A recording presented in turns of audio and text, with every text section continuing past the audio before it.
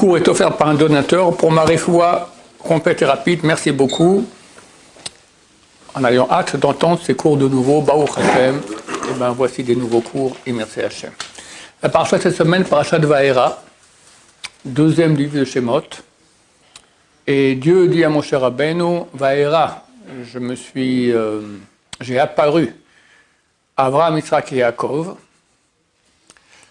et j'ai réalisé l'alliance que j'ai conclue avec eux, de leur donner la terre de Canaan, Eretz Megurehem Asher Garuba, la terre dans laquelle ils ont habité. Megurehem, le mot gar, voilà, dans laquelle ils ont habité. Lagour signifie habiter, mais le mot lagour vient de la racine guerre. Guerre, c'est un converti. Ça veut dire que Abraham, Yitzhak et Yaakov, ils ont habité dans la terre d'Israël, mais ils étaient comme des guérim, comme des convertis, un peu étrangers. Pourquoi ? Le Malbim écrit, normalement, Dieu aurait dû dire Vayu Toshavim, c'était des habitants. Toshav, un habitant, c'est quelqu'un, Toshav, il est assis, il est là, c'est beaucoup plus présent que la gour.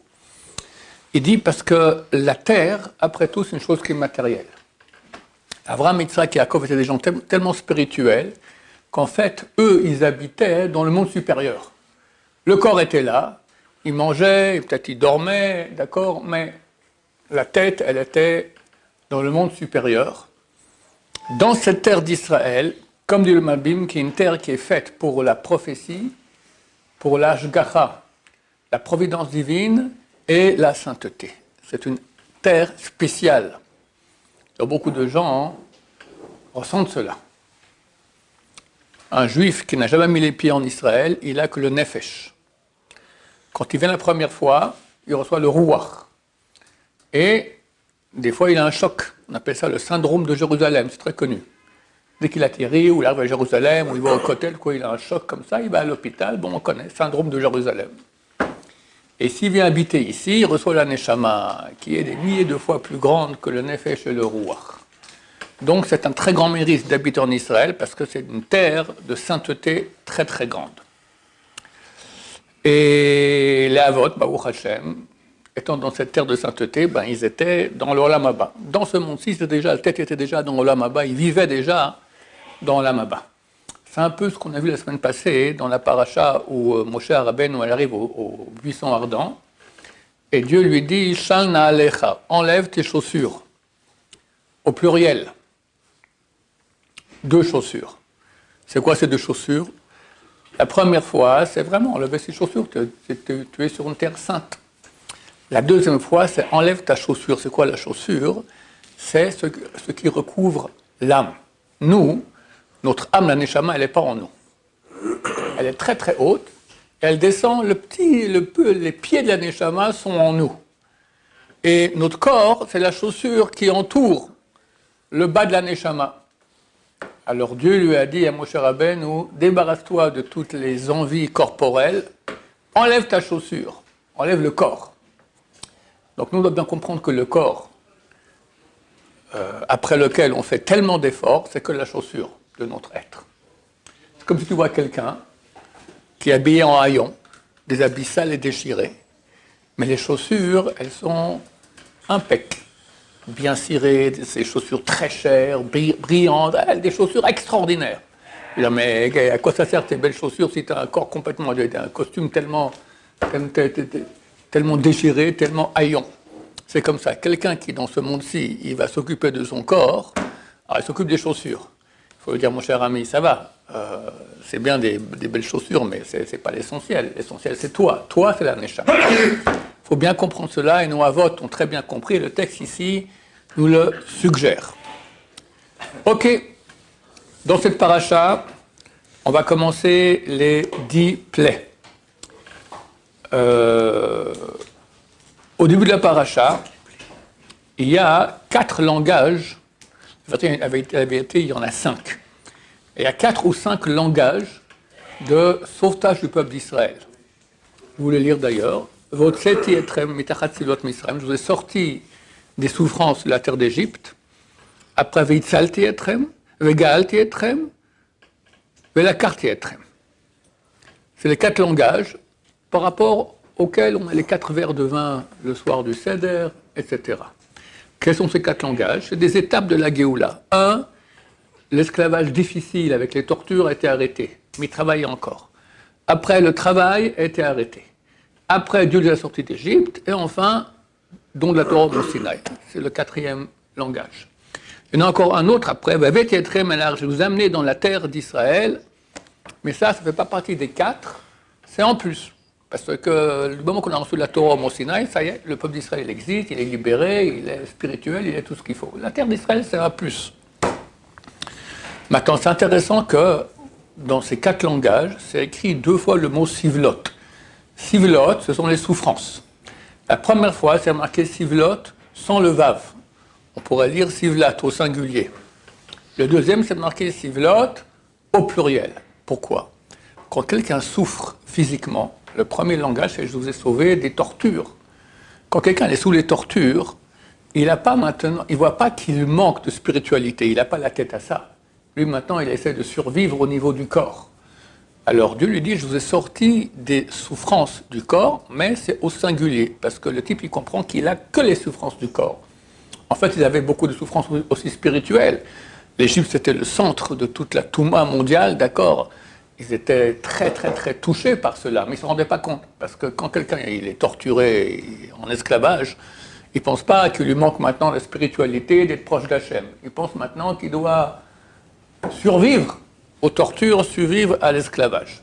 C'est pour ça que Dieu nous dit « je t'ai sorti de la souffrance de l'esclavage ». Après, quand on parle maintenant du langage du mont Sinaï, à Mosietrem mitachat sivlot Misraïm, qui les a sortis des souffrances de la terre d'Égypte, ça c'est au mont Sinaï. Au mont Sinaï, Bnei Israël sont arrivés à un niveau de spiritualité, de pureté tellement grande qu'ils ont compris qu'avant en Égypte, il y avait 2 problèmes. Il y avait le problème de l'esclavage physique, mais aussi de l'esclavage spirituel, qu'ils n'étaient pas du tout dans la sainteté, tout au contraire. Et commencent les 10 plaies. Les 3 premières plaies, Dam, Sardé, Akinim, le sang, les grenouilles et les poux. Ce n'est pas Moshe Rabbeinu qui a effectué cette plaie, c'est Aaron. Pourquoi? Les 2 premières, c'est qu'il fallait frapper le Nil, et Moshe Rabbeinu avait, à Karatatov, avait une reconnaissance du bien au Nil, que grâce au Nil, il a été sauvé quand il était un petit bébé. On l'a mis dans un panier en osier sur le Nil l'a tenu. Bien que nous, on se dirait, bon, et alors? D'abord, c'était il y a 80 ans, et puis il n'a pas fait grand-chose, le Nil, pour soutenir Moshe. Mais néanmoins, on voit ici une chose qui, pour nous, est complètement étrangère, la Karatatov, la reconnaissance du bien, même à quelque chose d'inerte, de l'eau. C'est rien. Encore quelqu'un, je comprends, il y a 80 ans, il m'a rendu un petit service. Non, moi, je devrais voir à Karatatov. Mais là, on parle de l'eau. Eh bien, il n'a pas voulu frapper l'eau à cause de cela. Sfardéim, les grenouilles, je comprends encore quand ils frappent l'eau, se change en sang, alors c'est pas sympa pour l'eau. Mais les grenouilles, l'eau n'a rien fait. L'eau, elle contient les grenouilles. Ils ont frappé le Nil, les grenouilles sont sorties. Le Nil était content, ça, il n'y a rien à faire qu'il y ait des grenouilles ou pas de grenouilles dans le Nil. Mais néanmoins, il fallait frapper l'eau. Et il ne pouvait pas faire ça, mon cher Rabbeinu. Après, il a dû frapper le sol, le sable. De là sont sortis tous les poux. Ça non plus, il ne pouvait pas. Pourquoi? Parce que lorsqu'il a tué l'Égyptien qui frappait un Juif, il l'a tué et il l'a enterré dans le sable. Et grâce au sable, il a pu cacher l'Égyptien. Donc il a reconnaissance du bien au sable. Pour combien de temps de service? Qu'est-ce qu'il a fait le sable? C'est moins de 24 heures. Pendant moins de 24 heures, le sable a caché le corps de l'Égyptien. Après, tout le monde savait qu'il avait tué l'Égyptien et il a failli se faire tuer à cause de cela. Pour moins de 24 heures que le sable, il a rendu service à Moshe, Moshe ne peut pas frapper la terre, ne peut pas frapper le sable. Bon, évidemment, pour nous, c'est des choses qui sont complètement hors de notre conception, mais il faut savoir que ça existe aussi. Même par rapport aux animaux, il y a dans le nord du pays, un peu près de Haïfa, il y a un endroit qui s'appelle Rechassim. Là-bas, il y avait une yeshiva avec un rosh yeshiva qui s'appelle le Rav Eliyahu Lapian. C'était un des grands tzadikim ashkénazes de la génération passée, il y a 50 ans. Et il y a eu un problème, c'est qu'il y avait plein de souris dans la yeshiva, surtout dans la salle à manger, dans la cuisine, plein de souris. Alors qu'est-ce qu'on fait quand il y a des souris? Ils ont amené une chatte. La chatte, pas besoin de lui donner à manger, elle avait à manger sur place, elle mangeait les souris, au bout de quelques jours, il n'y a plus aucune souris. Bon, les souris sont parties, elles vont dire, ok, on n'a plus besoin de la chatte. Ils ont voulu la renvoyer. Elle ne partait pas, ils la renvoyée. Le Rav, il sort, il voit qu'il essaie de la renvoyer. Mais pourquoi? Ça finit, elle a fini son boulot, fini. Non mais à Karatatov, on lui doit reconnaissance du bien. Elle nous a rendu service, elle a mangé les souris, on ne peut pas comme ça la mettre dehors. Et lui-même, il y a une photo où on le voit donner à boire du lait à la chatte. À Karatatov, même aux animaux. À l'être humain, bien sûr. Moshe Rabbeinu, à la fin de sa vie, Dieu lui dit, va te battre contre Midian. Et après, tu vas mourir. Qu'est-ce qu'ils ont fait les Midianites? Ils ont amené les filles, à moitié pas habillées, et elles ont fait tomber beaucoup de Juifs avec elles. Shem Ishmor, surtout de la tribu de Shimon. Maintenant, on a un principe de la Torah qui s'appelle Gadol Hamarteo Termina Horgo. Et pire, celui qui fait pécher un Juif plutôt que celui qui le tue. Parce que s'il te tue, il t'enlève le Olam Hazé, mais s'il te fait pécher, il t'enlève le Olam Haba. Et le Olam Haba, il est infini, il est éternel, donc c'est beaucoup plus grave. Donc il fallait partir venger ce qu'ont fait les Midianites au peuple d'Israël. Moshe Rabbeinu, il envoie le petit-fils d'Aaron, Pinchas ben Elazar ben Aaron HaKohen. Pourquoi pas lui? Dieu le dit à lui, et je ne peux pas. J'ai habité 68 ans en Midian. J'ai mangé leur pain, j'ai mangé leurs œufs, j'ai mangé leur salade, j'ai habité là-bas, j'ai profité. Comment je peux aller maintenant me battre contre les Midianites? Impossible. À Karatatov, même aux ennemis qui t'ont fait tellement de mal. Bien sûr, chez nous, tous ces points nous concernent, mais celui qui nous concerne le plus, c'est quoi? Avec la famille proche. À qui on doit le plus de la Karatatov? Que la Torah nous ordonne cela? À nos parents. Un enfant ne veut pas savoir combien les parents ont souffert pour lui jusqu'à ce que lui-même devienne parent.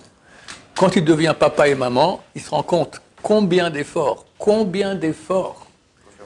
Ma femme m'a dit qu'il n'y a pas en 20 ans, il n'y a pas une nuit qu'elle a eue normale du début à la fin, on pouvait dormir. Ça n'existe pas. Tu as toujours un enfant qui se met à pleurer, un autre qui fait ci, un autre qui fait ça, d'accord?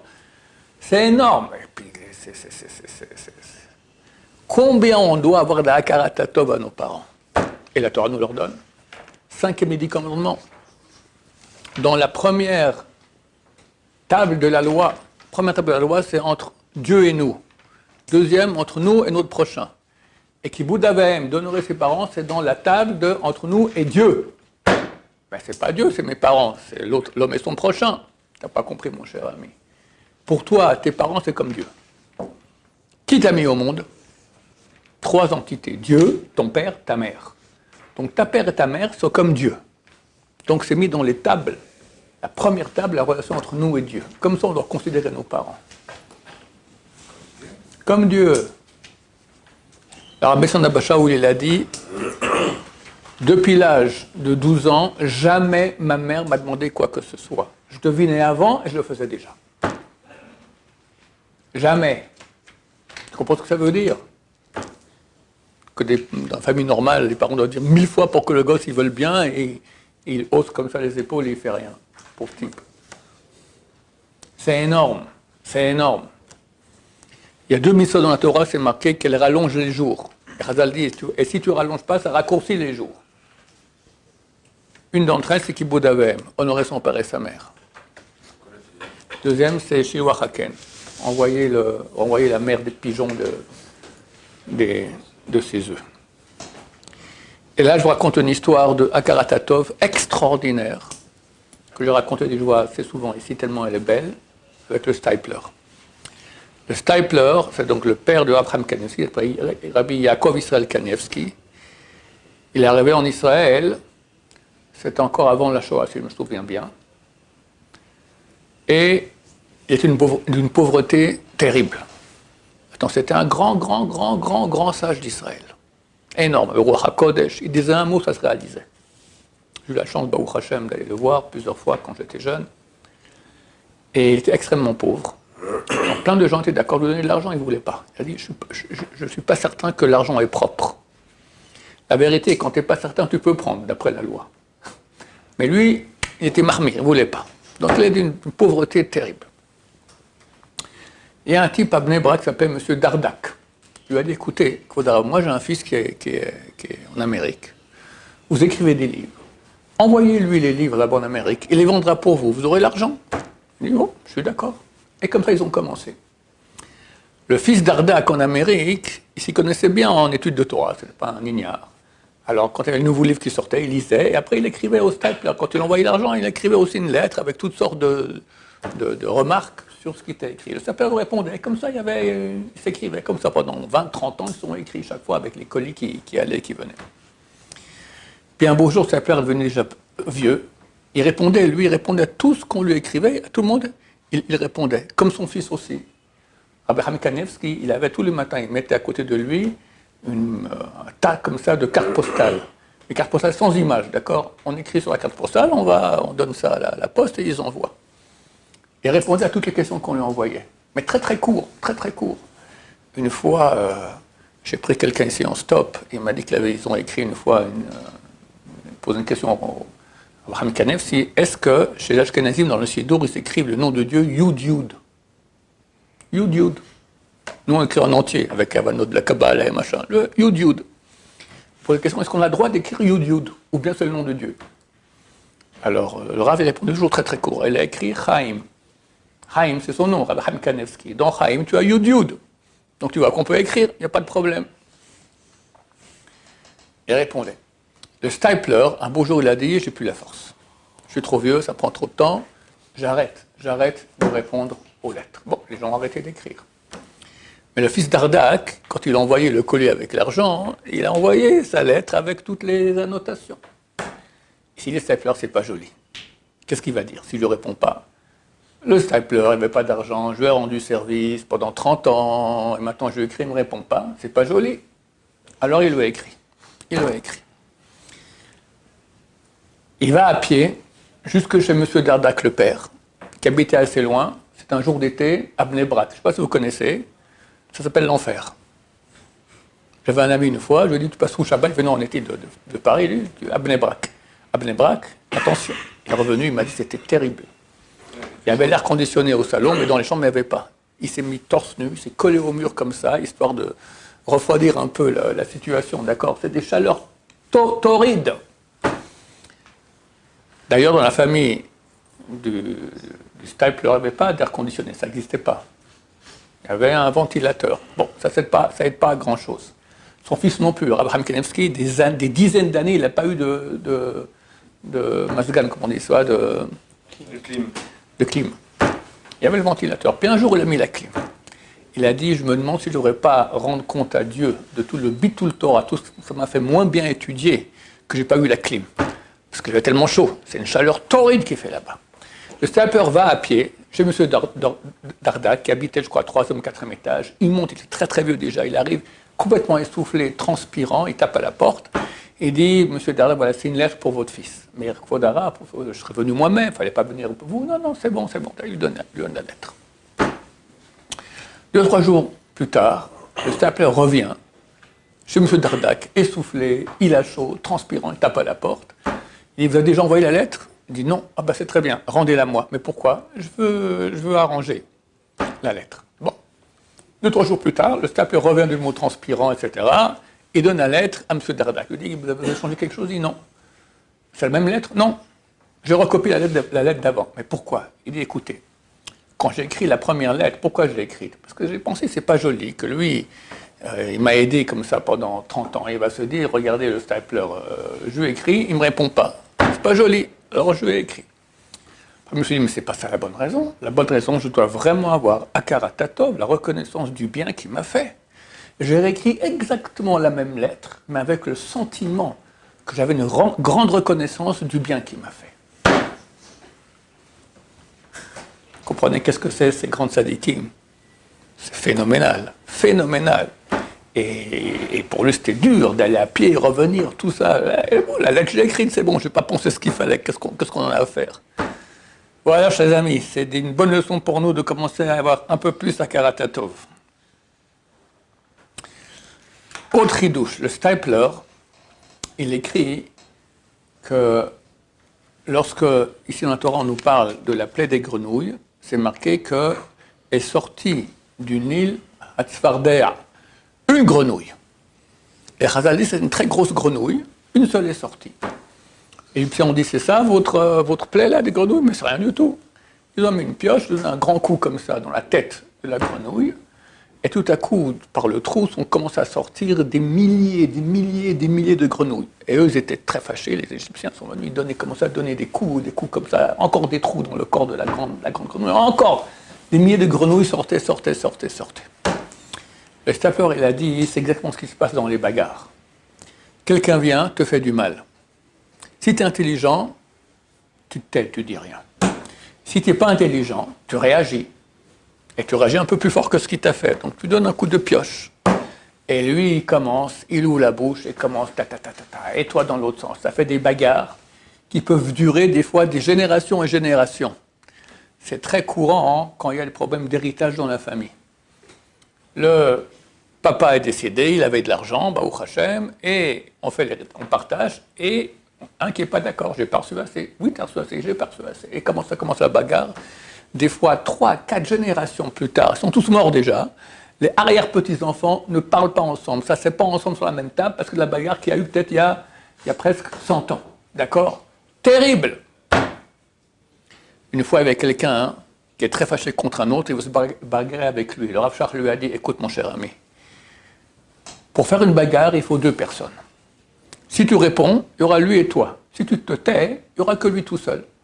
1, 2, 3 jours, il sera fâché, après il va se calmer, après tu demanderas pardon. Et même s'il ne demande pas pardon, au moins il n'y aura pas la bagarre. Combien c'est grand d'arriver à ne pas répondre? La Gemara, elle dit, il y a un verset, Tole Eretz al Blima. Dieu suspend la terre sur Blima, littéralement c'est des freins. On peut lire aussi Blima sans rien. La terre, elle tient pas sur les épaules de Héraclès ou autre chose, d'accord? Elle tient tout seul comme ça.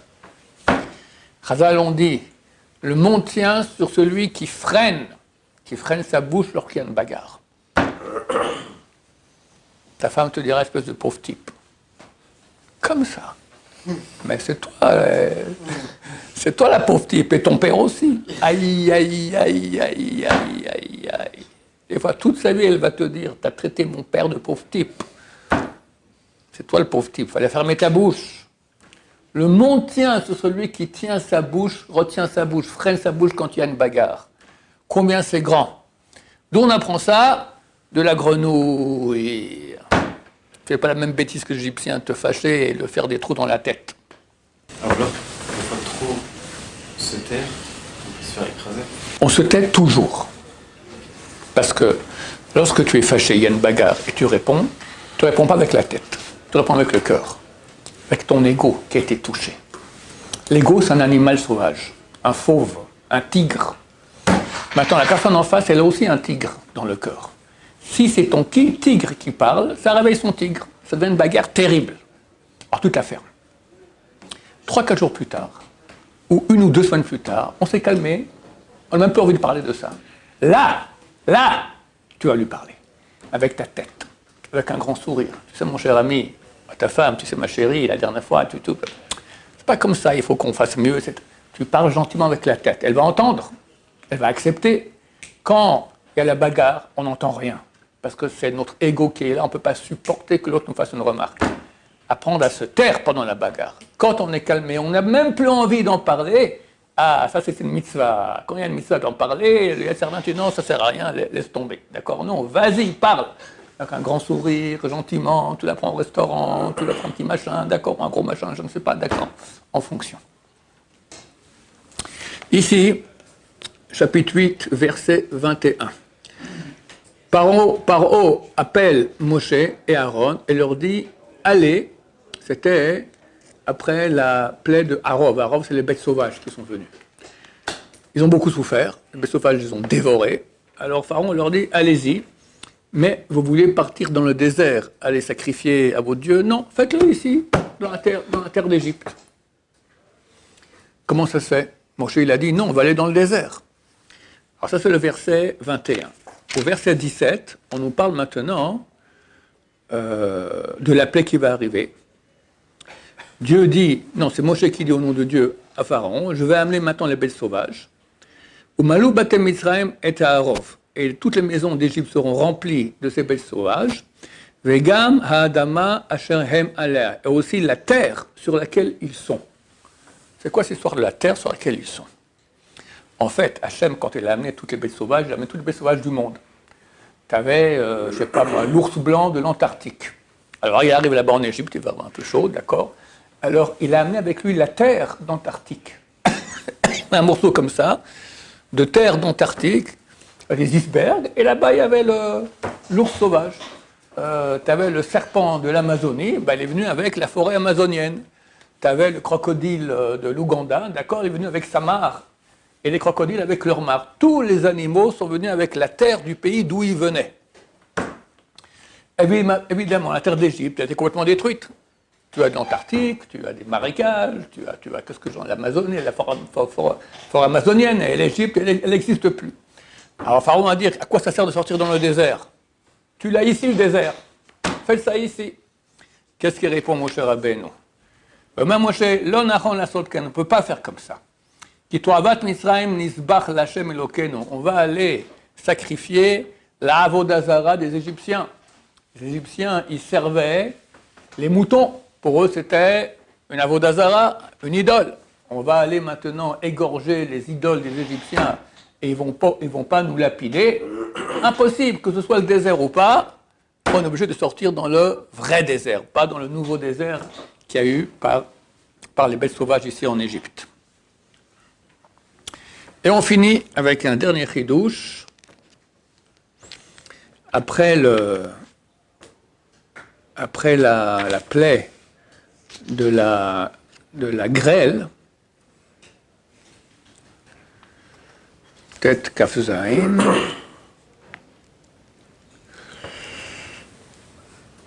Pharaon appelle Moshe et Aaron et leur dit « Chatati hapam, j'ai péché ce coup-là. Je reconnais que j'ai péché.